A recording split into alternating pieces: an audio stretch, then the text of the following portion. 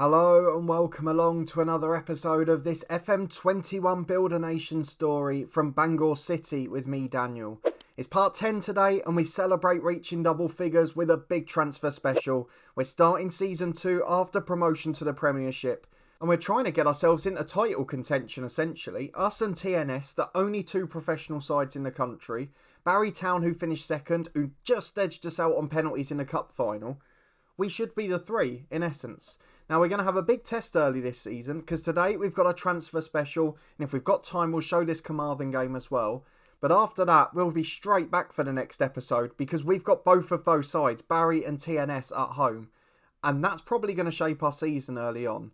However, we have had some trouble in the transfer window. We've still struggled with this club culture issue against Domenico Serafino, who is still here, who is still rejecting the offers, who is still enjoying his time at the club.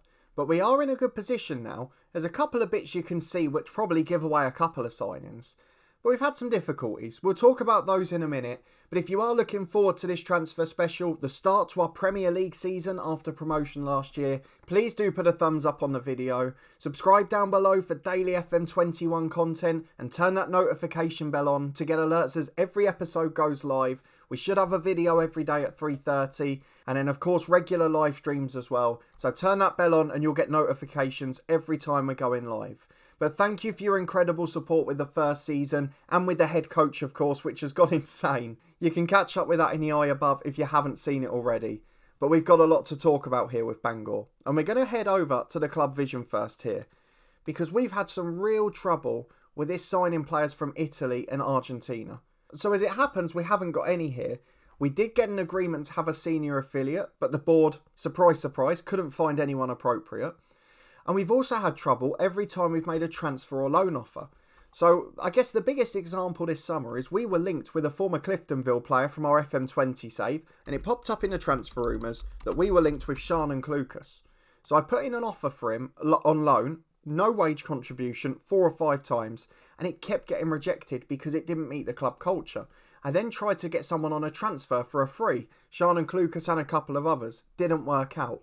So we aren't able to sign ourselves any transfers or loan players that aren't based in Italy and Argentina, which is causing quite the trouble. So in terms of transfers and loans, we've actually become a bit like the head coach here, because when our director of football initiates deals and does it himself, it works, there's no interruption. However, if we put someone on the transfer target list and say go and put an offer in for him, it still gets blocked because the contract then comes back to us. So there is a little bit of a to-in and fro-in with the board there, a little power struggle. But we've got through it. We've been able to bring in free agents, which has been great this summer. And although it's meant that early we had to gamble on some lower quality players to make sure the squad was full, and now we're able to bulk up a bit, it has led to a little bit of an imbalanced squad at times, but it means we've got what we need. So I'm really pleased with how we're going. The board are disappointed that Mello left, that Yari left, and a few others as well. But we've got a lot more than that to meet. So let's go and have a look at the transfer screen. The only thing I will point out before that, we're expected to reach the final of both cups, as you can see there. TNS went out in the first round of the MG Cup, the one that we won last season, of course. But in the Welsh Cup, we're expected to reach the final. And via the Premiership, we're expected to qualify for the Europa Conference, which means essentially a top 3 place. I think we'll do that quite comfortably. But it's interesting that they had us straight up there. No readapting to the top tier, nothing like that. They wanted us straight in. I think now, given the signings, we'll probably be title favourites. So let's go and see what we've got in. And we start with the released players, many of whom have got other clubs now. So Lucas Murray, I don't think he really kicked a ball for us in the end. But the good thing with us signing these guys is they've now stayed in Wales. They're players that might not have been scouted by Welsh clubs before, but now we've been able to keep them here. So Lucas Murray being one of them. He's gone to Cardiff Met Uni and he strengthens the league. This is a build a nation, not build the club, of course. The same for Joe Healy, who's gone to Connors Quay now. Another player who is staying in Wales after a career in England. Eugenio Dalia is still available on a free. He's wanted by 3 Premier League clubs, so I wonder if he'll get a move soon. He's done well for Flint Town and for us. You've got to imagine it will happen. He's versatile as well, a good squad player to have. Alex Boss, he's still available on a free. He is wanted by a second tier side in Wales, so he won't get the top tier move, I'm afraid. As well as that, Tyrese Kennedy-Williams, our backup left back, has gone on a free to Barry Town United, another one that will strengthen the league. Played a few games for us last year and did well. He's got big potential, so with football he could improve. And Augustin Ziccarelli, who has gone back to the 4th tier in Argentina. We have now loaded those leagues and we've loaded the Italian leagues. So we've got all of the available playable leagues loaded now, and we should be able to get more players later down the line. But Serafino might not be there for that. I had thought about loaning some of these guys back, but they've gone on much bigger wages. So Ziccarelli, I'm afraid, is one of those. He's on £825 a week. He didn't want to sign a new deal. He's a good player, but didn't score in the league last year. So there's no real harm in losing him. We've also lost a lot of players on permanent deals as well, including ones that were pre-agreed. So Melo had already agreed to go back to Brazil. It's quite frustrating really. He's a squad player there, and we could have loaned him in, but we don't quite have the wage capacity and haven't at any stage. We haven't been able to go above 500, so we've not got him in. Ignacio Torres went to Perugia. He's straight on the transfer list because they got promoted and he's not good enough for the 2nd tier in Italy. Kian Yari went to Middlesbrough. A big deal there. They've taken a bit of a gamble on him really. I'm not sure he'll make it for them, but it's definitely good to see a good move for him. Facundo Placeres has gone to Sudamerica. That's a Uruguayan 2nd professional division side. He was okay for us last year. I quite liked him. He wanted a lot of money to stay and he's gone and tripled his wage, so fair play to the lad, but I quite liked him. Federico Tobler for £180 has gone to Connors Quay. Better than the £1 we got for Dida, but we've had bigger fees since. He is going to play in the top tier again. So alongside some of the other players we've seen already, he'll be alongside Joe Healy. We're strengthening the league early. And that's something we weren't able to do quite so much last year. There weren't as many of these sort of small deals between the clubs in our divisions. And that's something we struggled with in Northern Ireland. We struggled with at Macclesfield. And I'd like to see a lot more here. And it looks like the early signs are promising. So if we can keep giving our backup players to the clubs in our division, long term that bodes really well. We've got Salvatore Pasquerella, who went to Fermanagh. They are a 3rd tier side in Italy. He's a decent player, but he didn't fit in our system. He was a left winger and couldn't play centrally well. Foggia signed Agyemang, the young Ghanaian who'd done well out on loan. He played for Bala, made a couple of appearances for us, but he's now in the 3rd tier in Italy too. And then Nicolas Nastini went to Monopoly, who are in the 3rd tier of Italian football as well. Another one who's a decent pro, had a loan spell at Newtown. He's a winger and we don't play with them, so we had to accept that he'd move on. But lots of players going out, which means we're regenerating the squad. And even though we couldn't bring in any loans, our director of football's managed 3, all under 21s for the squad as well. And we've also been able to get in a lot of free agent deals. So possibly not the players we were looking at, and it puts us among the title favourites. And even the last signing, the director of football popped up with a free agent deal, and it's the man who crushed our European dream, in the last episode in fact. So let's run through them quickly. Henry Jones is a man well known to football over here. Played for Bangor in the past, played for Bala, was a very good player. 2.5 star ability, 2.5 potential. Past his best physically, that part-time football hitting him after a few years. But he's going to be our backup number 10. He can play off the left wing if we ever wanted to change, and he can cover central midfield. He played for Fylde over in England recently, and he's a good pro. We're happy to have him along. He got an assist in his debut in the Cup, and we'll be hoping he can build on that in the future. Steve Thomason joined on a free agent deal from Airbus. He was released having had previous spells in England with Wrexham and Tamworth. A backup centre-half, a backup right-back. 2-star ability, 2-star potential. Half the wage of Tobler, basically. And we got the transfer fee for him as well. So he just comes in and will be our emergency centre-half. The director of football brought in Olivio Gutierrez. We couldn't get Kennedy Williams to sign a new deal. He wanted about 160, 170 quid a week. So when our director of football got this player in, same ability, yes, naturally a wing-back, but can play full-back comfortably. And he's got the same ability for 35 quid a week. We've got him from Dungannon until the new year. And we'll be looking forward to see how he does. Very good physically as well. So we shouldn't have any troubles with regular injuries, with a lack of stamina.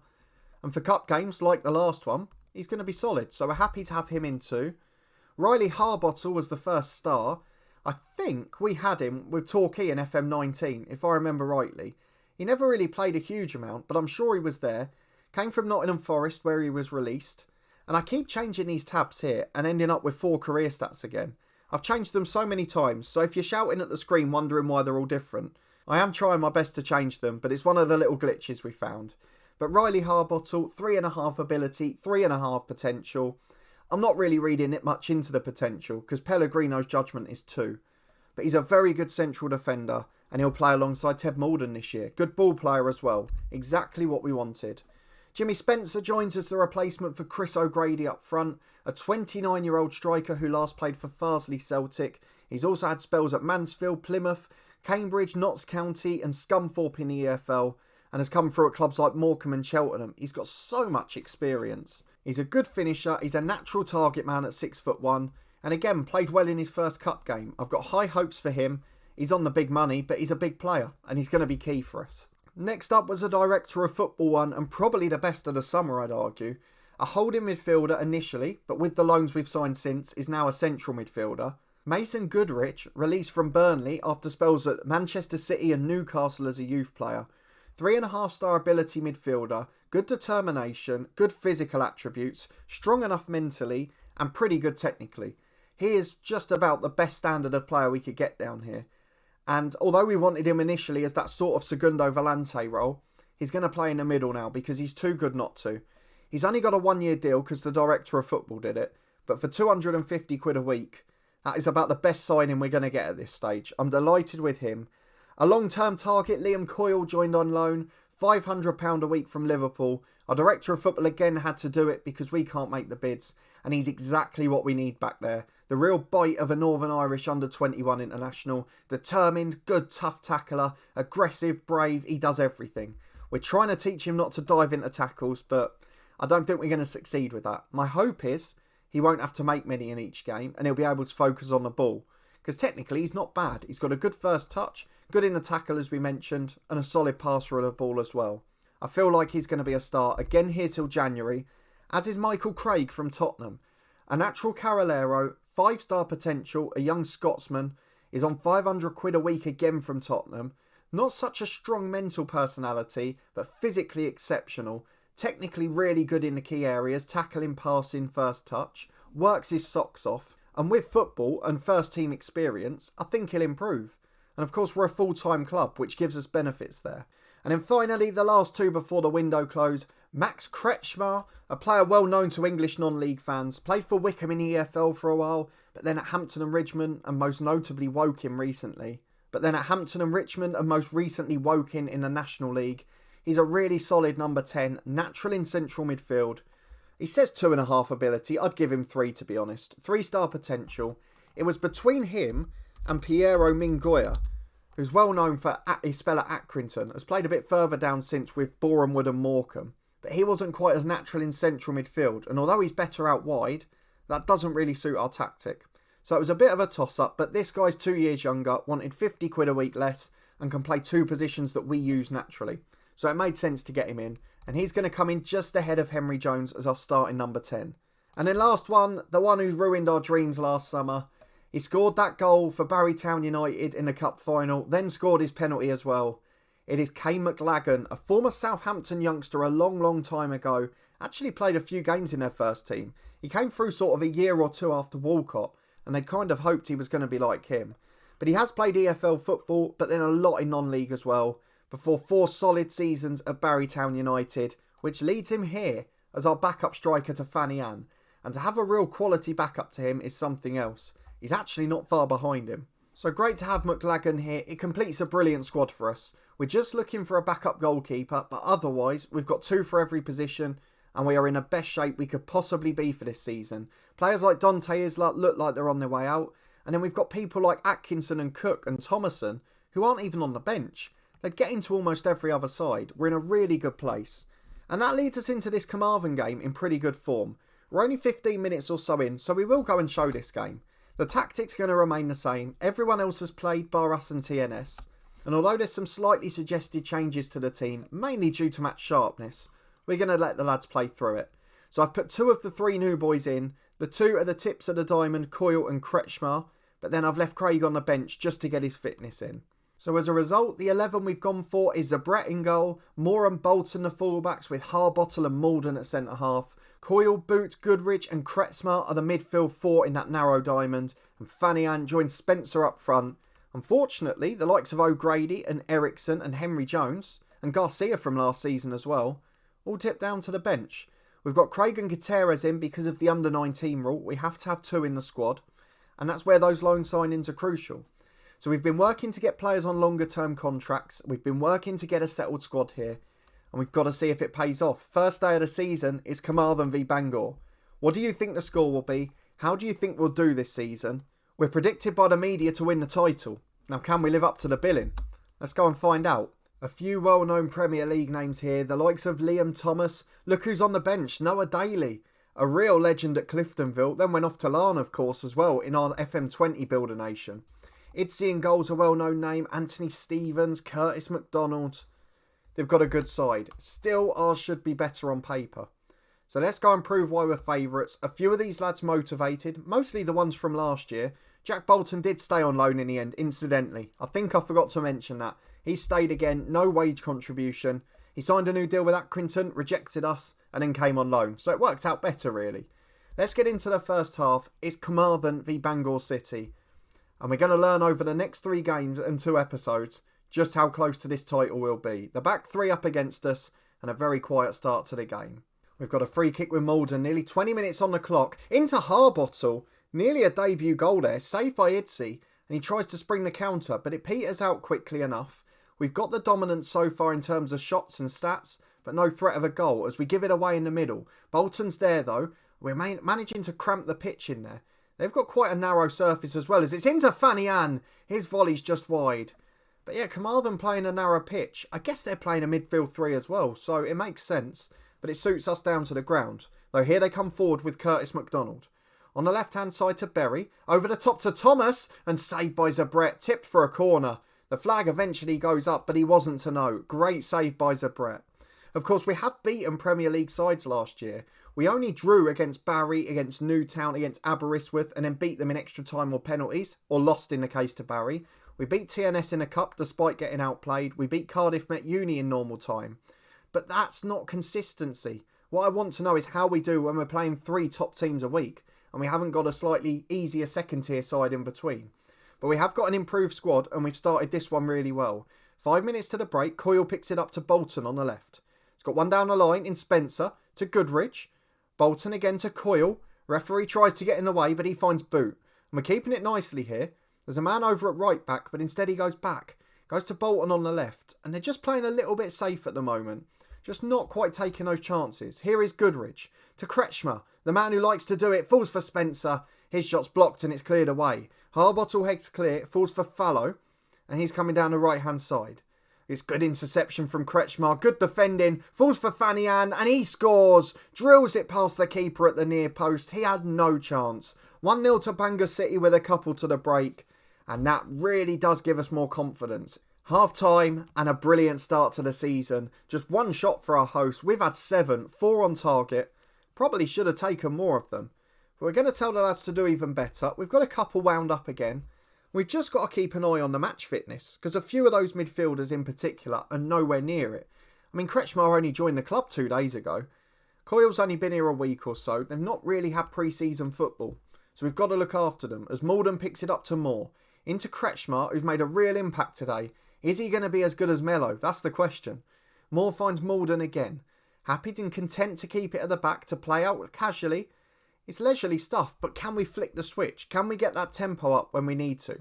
Malden does that. He goes over to Fanny Ann. He's in again one-on-one. The first shot's blocked. The second is deflected away. And it's a throw-in, but Fanny Ann just as much of a threat at this level as he was in the second tier. Time to make changes, I think. We're going to rest a few, but that is an excellent first 65 minutes. Spencer's not had the best game as the target man. I'm going to bring Chris O'Grady on, one of last year's stars. A little bit older now. He is 35 years of age.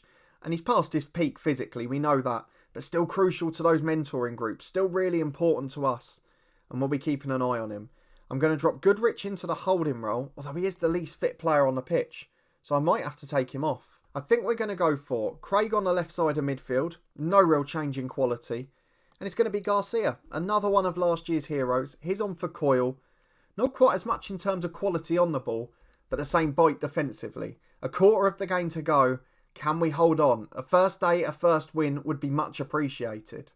It's looking good so far, and with 10 minutes to go, it's Carmarthen who clear it long, but Garcia's there every time. Falls for Bolton, and now Craig. The debutant off the bench finds the left back again. Bolton delivers. Fanian's there, as is O'Grady, but he's headed away by Mills Evans. Been a bit of a man mountain for them back there. Craig wins it back though to Kretschmar to Fanian. And it's the same combination as the first goal. Kretschmar has been brilliant on his debut. His through balls, his quality in possession has been sublime. Fanian up front, clinical. And when he's on form like this, we're a good side. When he's not, we've got a sub in Mclagan now. Although what an effort that is. Edwards has a shot from 30 yards, thunders the crossbar. So Brett was beaten. Noah Daly tried to get to the rebound. He was just pipped to it. And I'll keep an eye on how he gets on in this save, because he was so good in Northern Ireland as David Willoughby pulls one back. And I'm getting distracted a bit early, I think. This game is not over. 7.5 minutes left, and it's back to 2-1. Carmarthen score. And what it does mean is, as we suspected, and from those cup ties, we're going to have a lot more tighter games this year. And as a result, at this stage of matches, you're going to see a lot more of that mouse clicking. You're going to hear a lot more of that sort of urgency in getting things back. And we're just going to try and calm it down a little. We're going to drop back slightly, not too much. And we'll play out the last 3.5 minutes of stoppage time. As we throw it long with Moore, it's cleared by Barry. Kinsella intercepts. And it goes back into the fence. Fanian nicks it though. Gets in front of the defender and finds Garcia. Here's Fanian. A couple of minutes of stoppage time to go. Garcia finds Moore at right back. Over to Fanian. Chance to score. It's a great challenge. Brilliant from Anthony Stevens. Fanian gets the chance to cross again and Berry brings it away. That could have wrapped it up. As it is though, it is going to be a victory still. Carmarthen 1, Bangor City 2.